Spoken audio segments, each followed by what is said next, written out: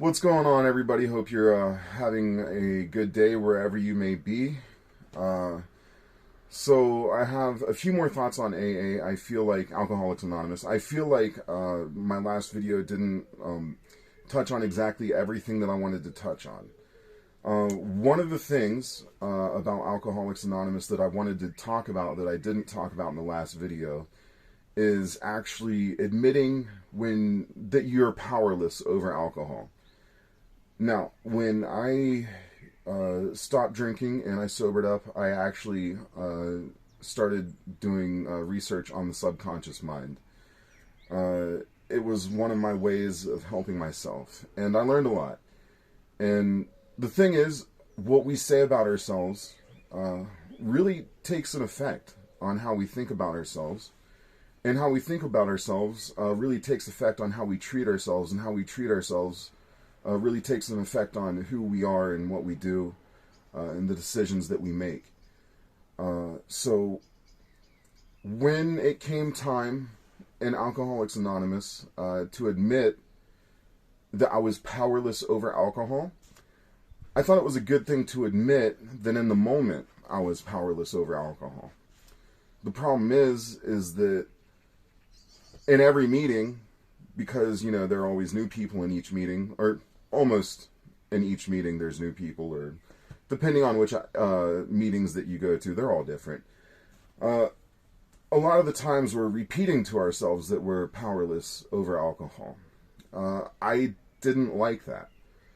Of course, that's always going to be an uncomfortable thing, but the reason why I didn't like it is because I had learned about the subconscious mind, and I know that when we repeat something to ourselves, our subconscious mind can pick that up, and then it can accept that as true.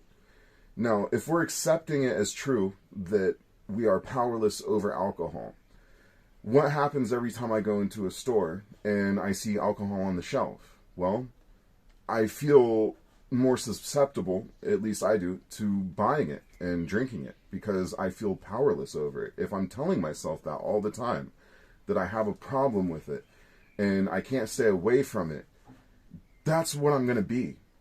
But I had realized at a certain point that, our self-talk makes a big difference in who we are. And so basically, that's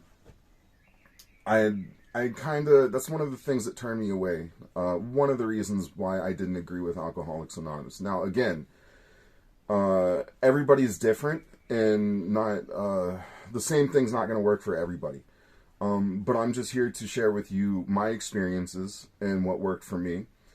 And what I felt worked for me better was to realize the power of my subconscious mind and realize the power that I have in self-talk and what I'm telling myself.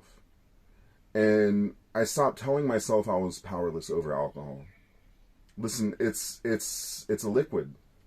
It's sitting in a bottle or a glass or whatever, a tap, whatever's in front of you, on the shelf, in the store, in the bar, on the beach, hopefully not in the car. Yeah, and the thing is it's not jumping into your hand and making you drink it. It's all you. So, instead of telling myself I'm powerless over alcohol, I told myself I have the power. I'm in control. That doesn't have any power over me. Alcohol can't make you drink it. And so I want you to think about that next time you have mental conversations with yourself, because everyone has them. You can't go through the day without talking to yourself. So what I want you to try is monitoring your mental conversation. As someone once called it, you should probably go on a mental diet and watch what you feed yourself mentally and what you say to yourself mentally, because you'll find that the subconscious is a very powerful tool. I don't know exactly who it was, but someone once said, whether you think you cannot or you think you can, either way, you're right. Always remember, You have the power. Peace.